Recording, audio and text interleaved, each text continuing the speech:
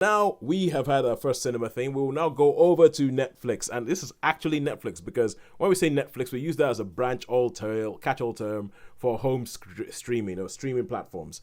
But this is the one that's actually on Netflix, and this is The Witcher season 2 that Sharon saw.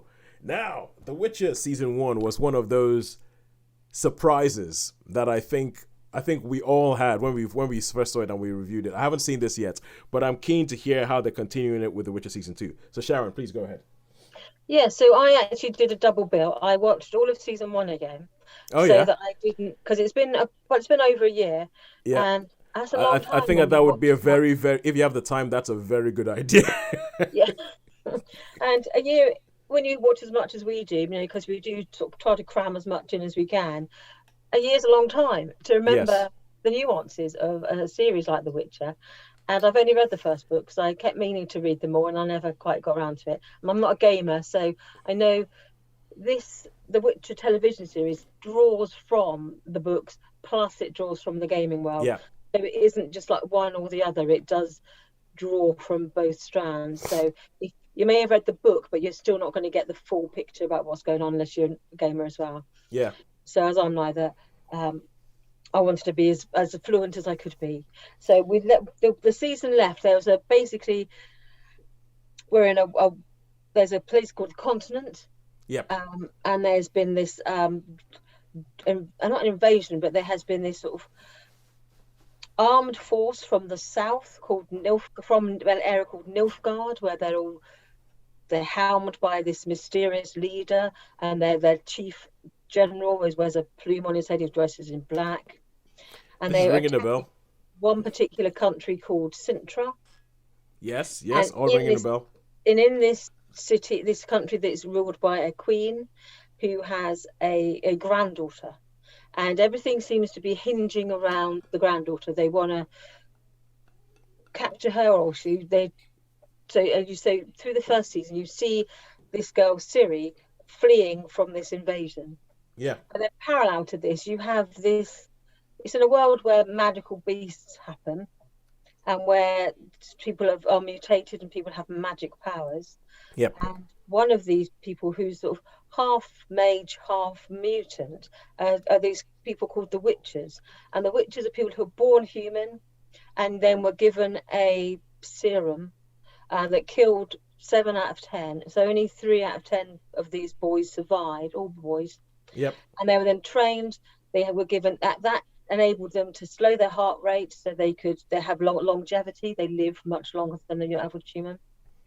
They have super skills. They can take a shot of this serum stuff that gives them extra kind of adrenaline rush. Extra boost. Fight, and they're stronger and faster and more powerful than the average. They can sustain a lot more damage than the average human. So they're And they take all this ability and they become some sort of medieval exterminator. Yes. So when anyone has a problem and they have like a monster, a wyvern, there's loads of different based on mythology. Yes. These creatures, they come in and deal with your problem for money. They're effectively mercenaries. Yeah.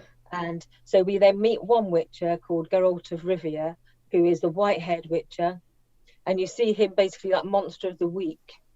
But in one of these monsters, this is still the first season you're talking about. still the first season largely. Yeah. You see, so just setting the scene. So during one of these monsters of the week things, he claims what is called the child of a gift of surprise, and this is something that you claim off of someone. When you save their life, you can claim something that belongs to them that they may not be aware of yet. So it could be, so if they've just won the lottery, but they don't know it, if you claim the gift of surprise, that surprise is then yours. So if you've won the lottery, then suddenly the Witcher or whoever claims this gift of surprise gets that. So they don't know what it could be. It could be, a really lovely pie that someone's made and gone, surprise, I made you a pie. That could be their gift of surprise, or it could be a lottery, it could be anything. But in the Witcher's case, the gift of surprise is a child. Yeah. He has then got, and the child happens to be Siri, who is this special child. So at the very end of the last season, we had a massive battle with the Nilfgaard and all the mages. Yep. And then amongst around all of this, we had Siri trying to find Geralt, and then Geralt suddenly thinking, actually, I do need to take my responsibility seriously and claim this gift child. Yeah. And the last scene you see where they're meeting up together, they finally meet. Yes. So the And second and season, now because of the I let you go on that sort of like recap of the first season because the Witcher is a convoluted show. The first season was a convoluted show, and so I let you go into that because I have a suspicion that without that, the second season is going to be really hard to get into. you won't know and understand what's going on or the history of it. Yeah. So then the second season starts at that moment. So Where Siri and Gerald finally meet each they other. finally meet, and so this is basically like half an hour later, season 2 starts. Yes. And they have stumbled into the aftermath of this battle, and around Nilfgaard. And so then Geralt decides that in order to keep Siri safe, because of all this battle's been going on, he is going to take her to the home of the witches, which is this fortress, castle, whatever. They have a couple of adventures on the way, but eventually they go back there. And then as the series develops, I won't give you any more detail. As the series develops, you get to understand a bit more about who Siri is, what her background is. And why everybody was making such a big deal. Yeah, and a bit more, why is she just why are people interested in her? And you learn a bit more about the history of the witches. You get to meet other witches. And you get to see where the witches live. Yeah. And then some of the different strands begin to pull together, where you begin to see basically what the big bad is. And you get to understand a little bit more about what the continent is and what formed the continent and why are there monsters. And you get a few more questions are answered and a few more questions are posed. All right. Okay, cool. Speaking of questions, I have a couple. So, so one of the big things about the first season of The Witcher was timey-wimey timeline stuff. Where it's like, huh? Where you're watching it and you're enjoying it, and you said that there's a little bit of a monster of the week thing about it. But I remember specifically that it was either episode 3 or 4. There was a moment where it went like, I was like, hang on a second, what's this guy? I'm pretty sure I saw that guy die in episode 1. Why is he here? And then you start realizing that they are doing weird things with time. That is like a big thing about the structure of the first season is a large part of the joy of watching it, figuring out where everything is going on and everything. Do they have a similar thing like that in season 2? With that, I don't want to go into spoilers, but in terms of timeline, no, there aren't. Okay. It's one timeline. There's a few surprises where you go, I don't know, but I didn't see that one coming. And there is quite a funny bit where one of the characters, it's not a spoiler when I say it's the bard. Oh, yeah, of course, him. Toss a coin to the Witcher, oh Valley of Plenty, oh Valley of Plenty. You gather from when you meet Hasker again that he has basically put all the events of season 1 into song. Of course, because that's what he does. That's what he does. So everywhere he's become quite famous for being he's like the pop star of his world. And someone comes up to him and says, "You know what, that song that you did, where in episode 4 that it was where you worked out that we worked out that it was a different timeline." And you could say, and they drop a couple of things in it that basically would have come from the bars after people had watched the series. Oh, okay. So there was this one character was saying all these and he was saying, "Oh yeah, I guessed that. I spotted that. And I knew all about that dragon guy. I guessed that bit earlier on as well." And that's pretty cool. That's pretty cool. It's quite a funny scene where it acknowledges that. It's quite like it because it's kind of like on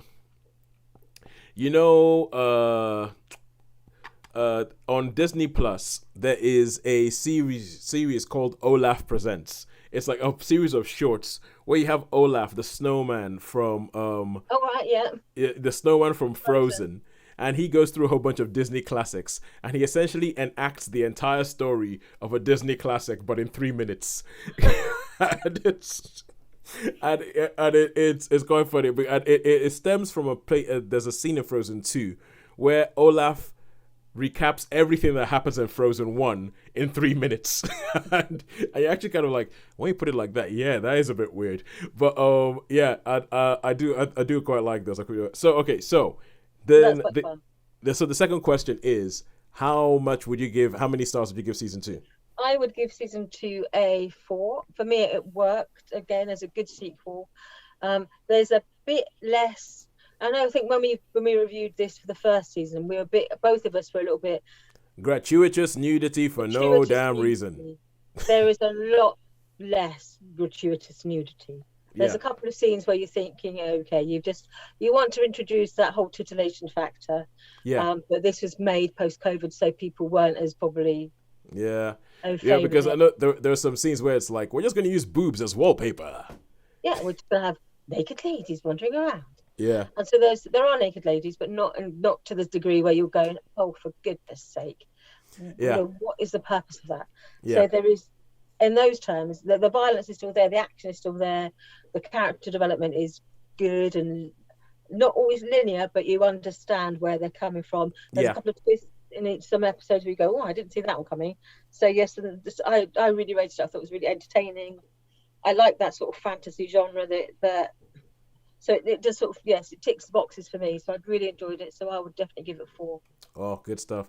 And also, I have to admit, I am quite happy for Henry Cavill because I thought he was a good Superman. But after the whole debacle that was the DC Extended Universe series of films, I was really worried that maybe this might be like, the kiss of death to his career. So I'm really, really happy that he has gone, because I think he's a big, massive push, and he's a big influence behind The Witcher. And I'm really happy that he has taken the time when he had that push to actually do stuff and actually still be on screen and show people that he's actually really good. So I'm really quite happy for Henry Cavill. When he's interviewed, he's certainly he's read all the books. He's been a gamer for years. Yeah, he's a nerd. And he's basically made some of his own costumes. With the costume designer, he sat down and said, actually, I don't think he would have worn this armor. I think he should be wearing. And they redesigned Geralt's armor with Henry Cavill, saying that I want to be able to do this, and I want to be able to move, and I want to be able to fight. And so they actually redesigned his costume. And I thought, wow, okay, how. He's just a nerd with a body made of granite. There is hope for us yet. So all right. So now we go